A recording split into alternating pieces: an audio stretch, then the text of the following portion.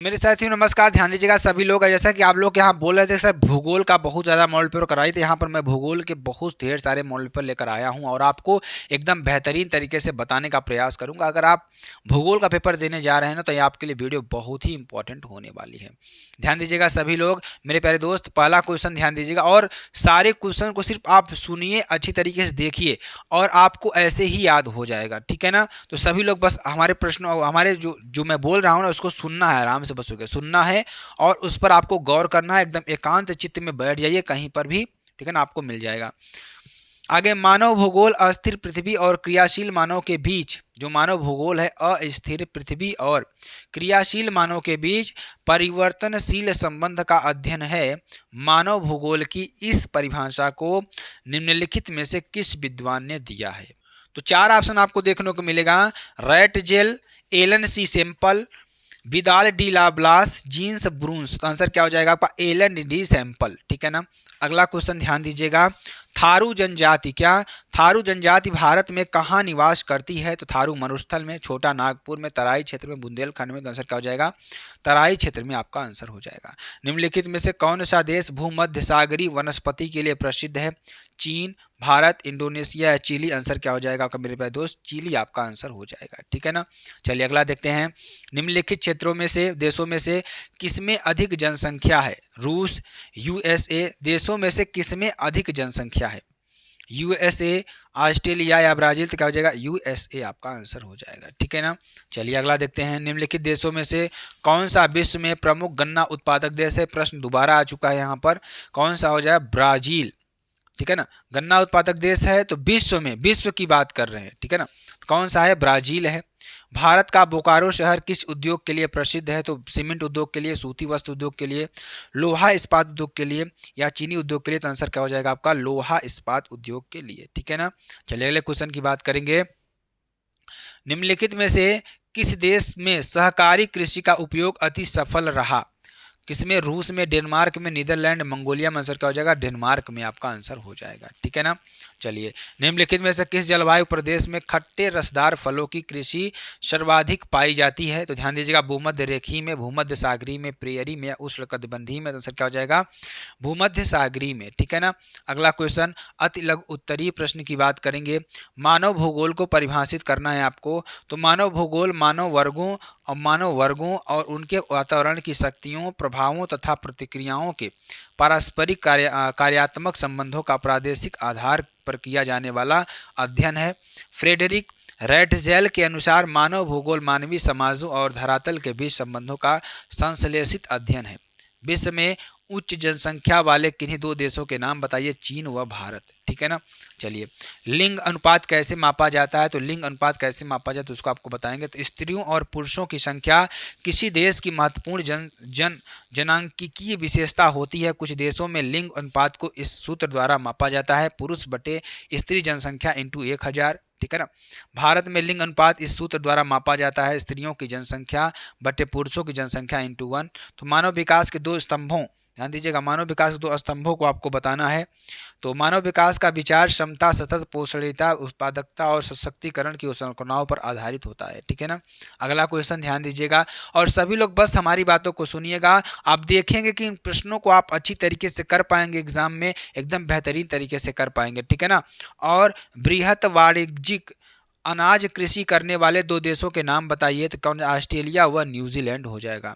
दो चतुर्थ सेवाओं के नाम लिखिए। तो ध्यान दीजिएगा, चतुर्थ सेवाएं बहुत ही विशिष्ट तथा जटिल प्रकार के क्रियाकलाप हैं जिनका संबंध ज्ञान से संबंधित क्रियाकलापों जैसे शिक्षा, सूचना, शोध व विकास से है। चतुर्थक शब्द से तात्पर्य उन उच्च बौद्धिक व्यवसायों से है जिनका दायित्व चिंतन तथा शोध और विकास के लिए नए विचार देना है, ठीक।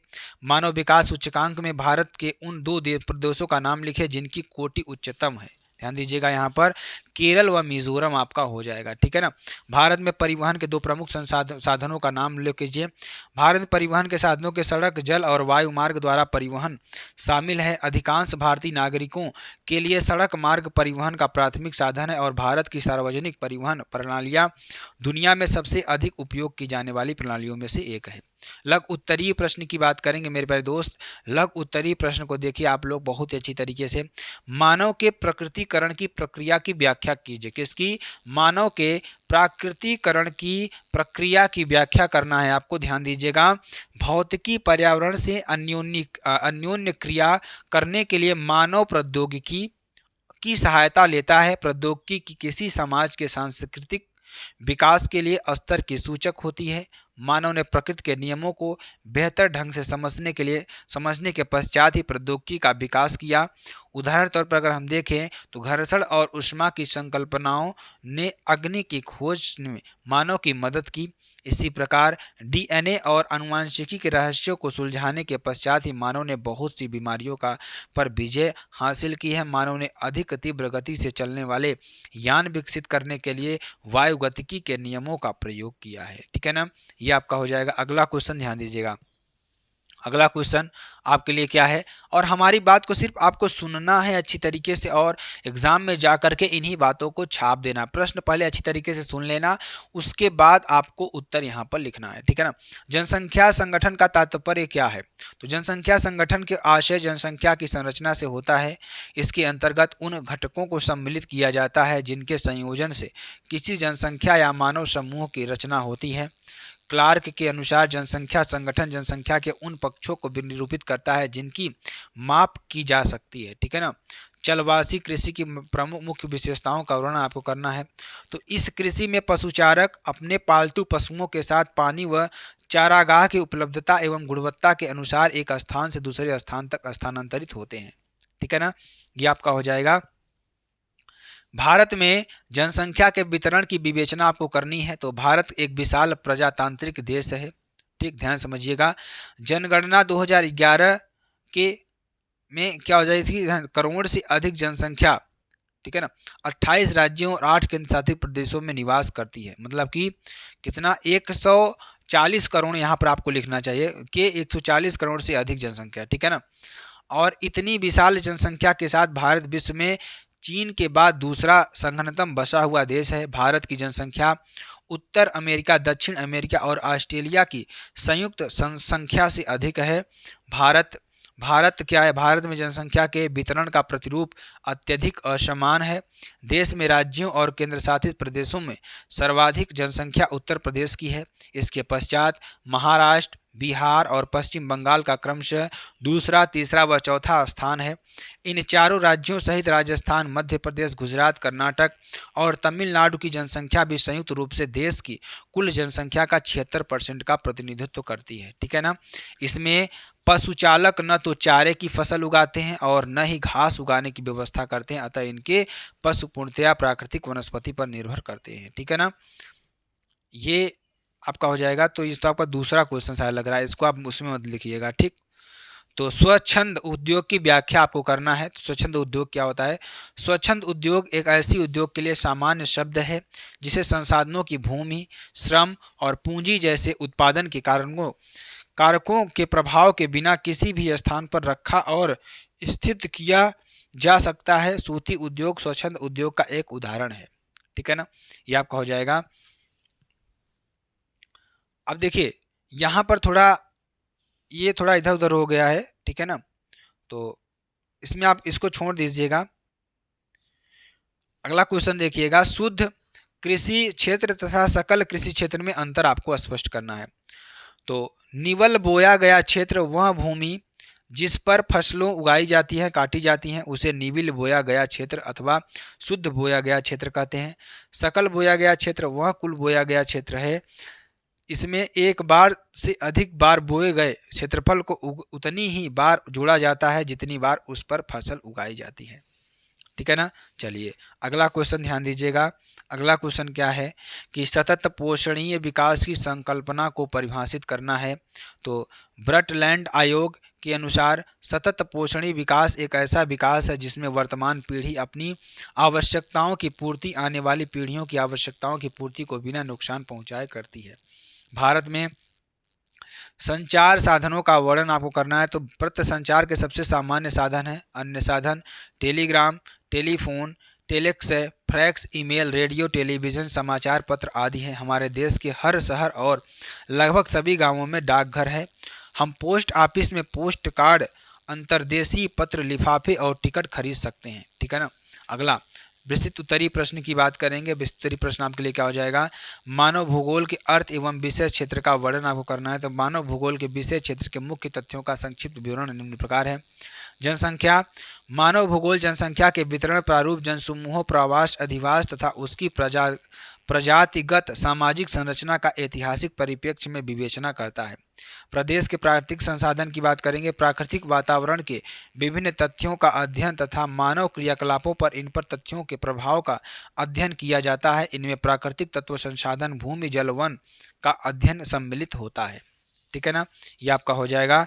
सांस्कृतिक वातावरण और पर्यावरण की बात करेंगे तो पृथ्वी पर जो भी दृश्य मनुष्य की क्रियाओं द्वारा बने हुए दिखाई पड़ते हैं वे सभी मानव का अध्ययन में शामिल सांस्कृतिक तंत्र मानव व पर्यावरण से अंत संबद्ध वो प्रकट कराते हैं। अतः सांस्कृतियों तत्वों के अंतर्गत जीव जंतुओं एवं मानव का वातावरण के साथ अनुकूलन के साधन, परिवहन, भवन निर्माण सामग्री, अधिवास आदि सम्मिलित हैं। ठीक है ना।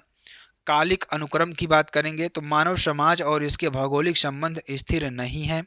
ये सभी संबंध क्रियात्मक हैं। मानव के सांस्कृतिक विकास के साथ साथ उत्तरोत्तर गयात्मक व लोचपूर्ण होते जाते हैं। ठीक है ना। अगला ध्यान दीजिएगा, समायोजन व प्रादेशिक संगठन की बात करेंगे तो भूगोलवेत्ता को केवल इतना ही नहीं मालूम करना होता है कि पृथ्वी तल पर मानवीय दशाएं किस प्रकार वितरित हैं, वरन यह भी जानना आवश्यक है कि उसका वितरण उस विशेष ढंग से क्यों है। उपर्युक्त विभिन्नताएं या तो प्राकृतिक वातावरण के कारण होती हैं या मानवीय क्रियाओं के मानव भूगोल का महत्वपूर्ण विषय क्षेत्र है। अन्य प्रदेश से संबंध की बात करेंगे। पृथ्वी पर मानव एकाकी नहीं है, इसके भूतल पर फैले विभिन्न क्षेत्रों में आर्थिक, सामाजिक, सांस्कृतिक व राजनीतिक संबंध भी होते हैं। इन संबंधों का अध्ययन भी मानव भूगोल में होता है। ठीक है ना।